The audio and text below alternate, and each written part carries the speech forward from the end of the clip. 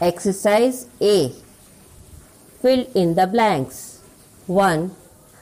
The dash ocean is the deepest ocean. Answer is Pacific Ocean. The Pacific Ocean is the deepest ocean. Number 2. The dash ocean is the second largest ocean in the world. Answer is Atlantic Ocean. The Atlantic Ocean is the second largest ocean in the world. Third, distinct area with their own climate, soil, plants and animals are called dash. Answer is ecosystem. Distinct area with their own climate, soil, plant and animal are called ecosystem. Now, what do you mean by distinct area? Means different area. अलग अलग area होती है, उसको कहते हैं distinct area. Number 4.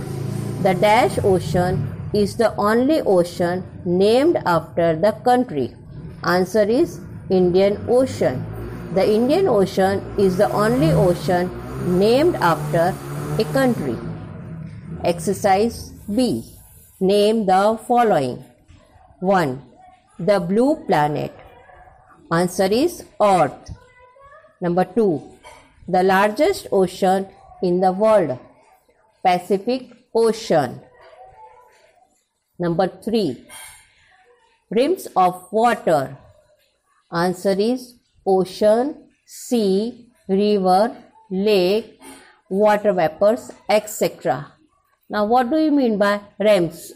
मतलब अलग अलग उसके रूप, अलग अलग फॉर्म, वाटर के अलग अलग फॉर्म है वो पूछे गए हैं. Number 4. Smallest ocean. Answer is Arctic ocean. Exercise C.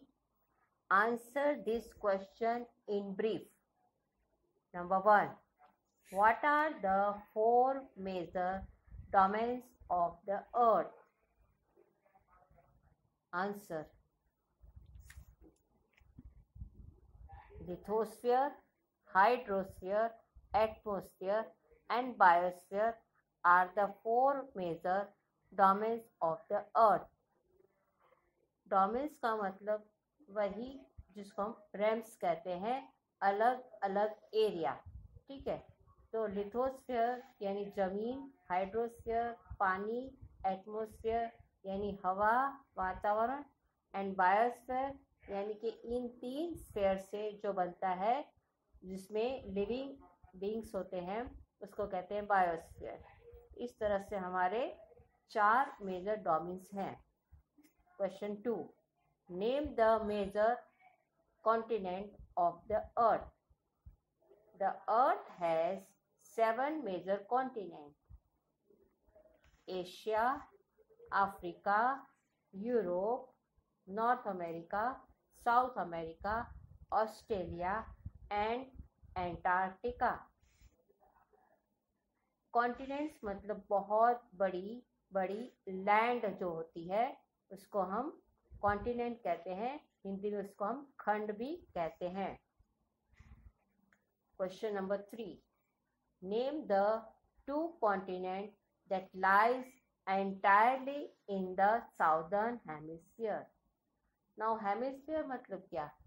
जो एक गोला होता है उसको बराबर हम आधे से 2 भाग करते हैं उसको हम कहते हैं हेमिस्फीयर, जिसको हम हाफ कहते हैं. हाफ मतलब आधा, उसी को हम हेमिस्फीयर भी कहते हैं. तो साउदर्न यानी कि नीचे वाला जो हमारा आधा गोला है अर्थ का, वहाँ पे कौन से कॉन्टिनेंट हैं? तो आंसर है Australia and Antarctica are the 2 continent that lies entirely in the southern hemisphere. Next, why is the biosphere important for the living organism? यानी कि बायोस्फीयर जो चौथा स्फीयर है वो लिविंग ऑर्गेनिज्म के लिए क्यों बहुत ज़रूरी है? क्योंकि हमने देखा कि इसी स्फीयर में लिविंग बीइंग हैं, वो उनकी लाइफ पॉसिबल है. इसलिए ये हमारे लिए लिविंग ऑर्गेनिज्म के लिए बहुत ही इम्पोर्टेंट है। Answer, the biosphere is important for the living organism because without biosphere life is not possible, and in biosphere we find living organism above the surface and a little below the surface of the earth। यानी कि ये जो living organism होते हैं वो जमीन पर भी पाए जाते हैं और पानी में भी पाए जाते हैं। Now question D, give geographical reason for the given statement. यानी इसमें आपको जो स्टेटमेंट है उसका आपको वाई का यानी कि कारण के साथ आंसर देना है। Okay, question 1, the earth is known as the water planet.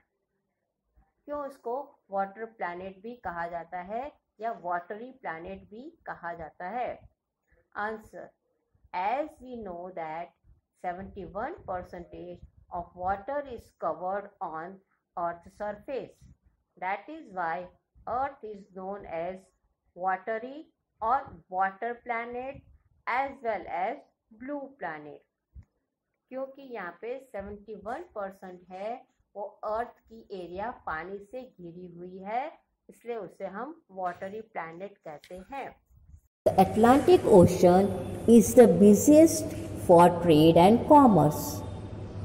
Means Atlantic Ocean है वो ट्रेड और कॉमर्स के लिए बहुत ही अच्छा है। ये बिजी रूट है क्योंकि यहाँ से ज़्यादा यूज़ होता है ये Atlantic Ocean। Why? Answer, Atlantic Ocean is intended which provides good site for shelter harbors and the shipping routes across the northern Atlantic Ocean connect the two major manufacturing regions, North America and Western Europe. So it is busiest ocean for trade and commerce. In short, we can say that in Atlantic Ocean there are so many harbors. Harbors मतलब कि जहाँ पे ship आकर रुक सकती है, वहाँ पे बहुत सारे छोटे छोटे कट हमें पाए जाते हैं ज़मीन, तो वहाँ पर आकर वो रुक सकती है शिप। प्लस यहाँ पे ये अटलांटिक ओशन है दो मेजर मैन्युफैक्चरिंग रीजन, यानी कि दो बड़ी ऐसी जगह जिसको ये जोड़ता भी है। They are North America and western Europe. ये ओशन नॉर्थ अमेरिका और वेस्टर्न यूरोप को भी जोड़ता है, इसलिए ये दोनों रीजन से बहुत अच्छा ट्रेड भी हो सकता है। इसलिए यहाँ पे हम देखते हैं कि ये ओशन में से ट्रेड कंटिन्यूस होता रहता है, इसलिए इसको बिजिएस्ट कहा गया है for trade and commerce. Now next, pressure decrease as altitude increase. Means pressure कम हो जाता है जैसे जैसे हम हाइट पर जाते हैं। एल्टीट्यूड यानी हाइट बढ़ती है तो एयर का प्रेशर कम होता है। Why? The answer is the density of air decrease with increasing height, so air pressure also decrease as altitude increase. Means density means thickness of air, वो घट जाती है जैसे जैसे हम ऊपर जाते हैं। Density of air decrease, air है वो हल्की होती जाती है जैसे हम हाइट पे जाते हैं।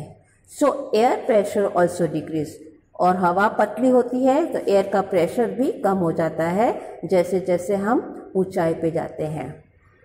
Okay, now next, earth is the only planet that support life due to the presence of land, water and air.